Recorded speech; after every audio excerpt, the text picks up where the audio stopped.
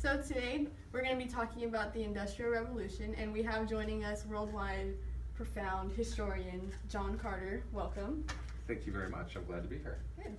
So, John, before we get into this, can you give us a little background as to what the Industrial Revolution was? Sure. Simply put, the Industrial Revolution represents a change in the way work was done, essentially going from making goods by hand to making them by machine. Okay, so what does it take for a country to become industrialized? Well, the Industrial Revolution began in England, and it began in England because it had various things in place, I guess you could say. One of the things that a country has to have is abundant resources, which England had. It has to have a source of labor, and England had that as well. And preferably this labor would need to be cheap, particularly at the beginning of the Industrial Revolution. They need to have a banking system so that banks can loan money to aspiring entrepreneurs or those wishing to create new products. And it also has to have a government in place that is acceptable to these ideas and is driven by a profit motive. So England had all of these things, and therefore it was one of the first countries to industrialize. Okay. And we have one more other question, which was, Sure. With all that you just said, how does the scientific and the technological changes and new forms of energy bring about massive change in the social, the economic, and just the culture? Yeah. Well, that's a big question. So before the Industrial Revolution began, most people in England worked on farms. And so they needed to have a reason to move to the cities. And these new inventions that were brought forth by people like Louis Pasteur or Thomas Edison or Eli Whitney and James Hargreaves, and the list goes on about people who invented products to make manufacturing goods more cheaply, but they also needed a labor force. So when that occurred, many of the farmers that were working for large farmers, for lack of a better word, moved to the city because the need for labor was there to run these machines. Consequently, it led to a change in not only how work was done, but then also how people lived. Okay. They were now living in crowded tenements, and the consequences were often negative.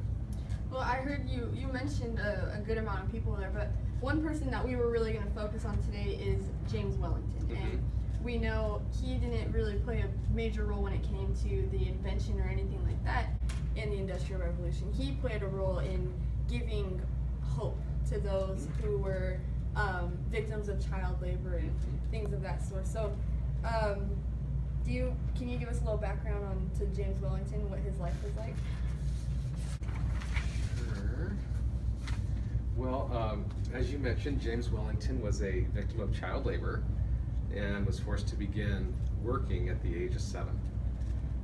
Keep in mind that factories changed the way of working life because people were forced to work longer hours. I mean, 16-hour days were not uncommon during the Industrial Revolution.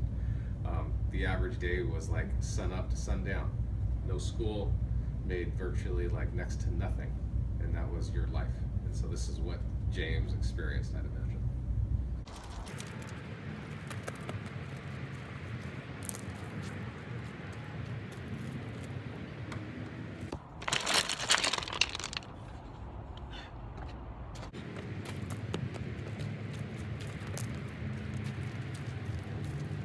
So, what was a common thing that people would do during the Industrial Revolution to, in a sense, bring themselves success? Mm-hmm.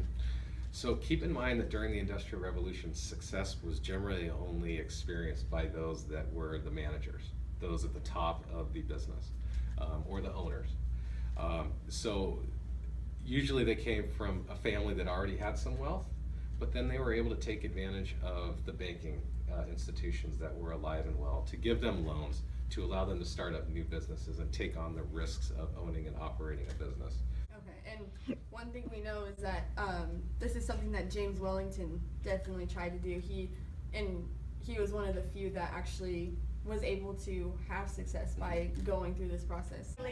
$1 million. Here you go, sir. Thank you, sir.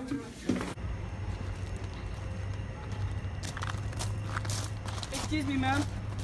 Hello, who are you? My name is Gracie Buns. Well, honey, yes, I am. How can I help you? I'm James Wellington. Well, what's up? I'd like to make an investment in your company and become a shareholder. Well, what do you know? I just lost a shareholder, and I was looking to get a new one. How much are you willing to invest? $250,000. Well, I reckon. welcome to the Brace Burns and Company. Thank you.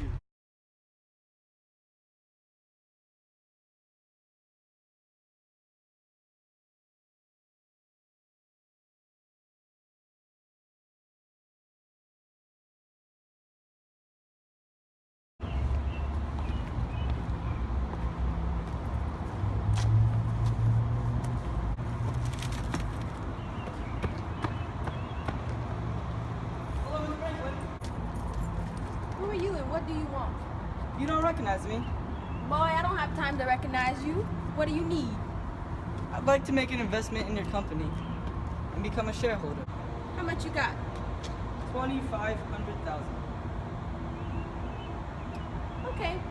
Welcome aboard, kid. Thank you.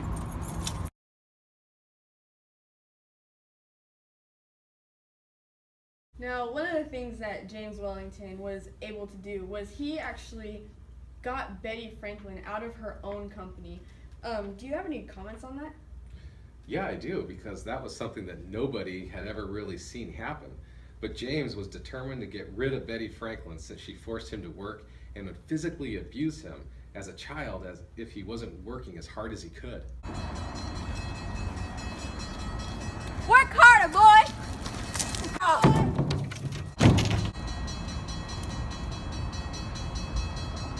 One day I'll get that witch back. Yeah, it's a crazy story, and the thing that always inspires me or like moves me the most is the fact that later on in Betty's life, when she was at a low point, James Wellington was the bigger person, and he stepped up to help her when she had nothing at all.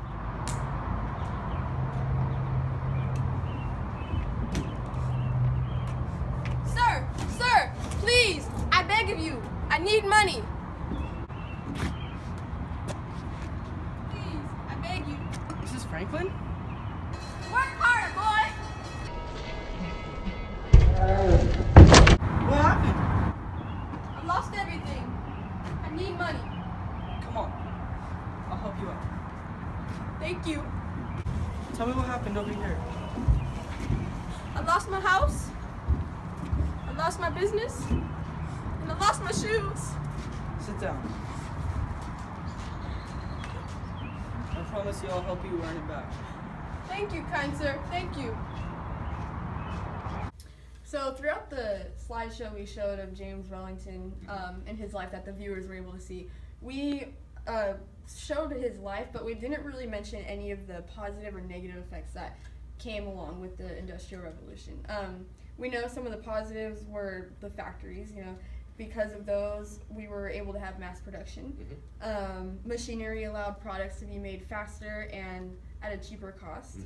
And the assembly line was created through that. Right. But John, do you think you can give us some of the negative effects? Sure. I think one of the main things to keep in mind is how much people just hated working in the factories. It was not a solid quality of life. I mean, I talked earlier about the working hours, but the working conditions were incredibly unsafe, unsanitary, dirty. People often got wounded or maimed or even killed because the safety regulations and precautions were not in place.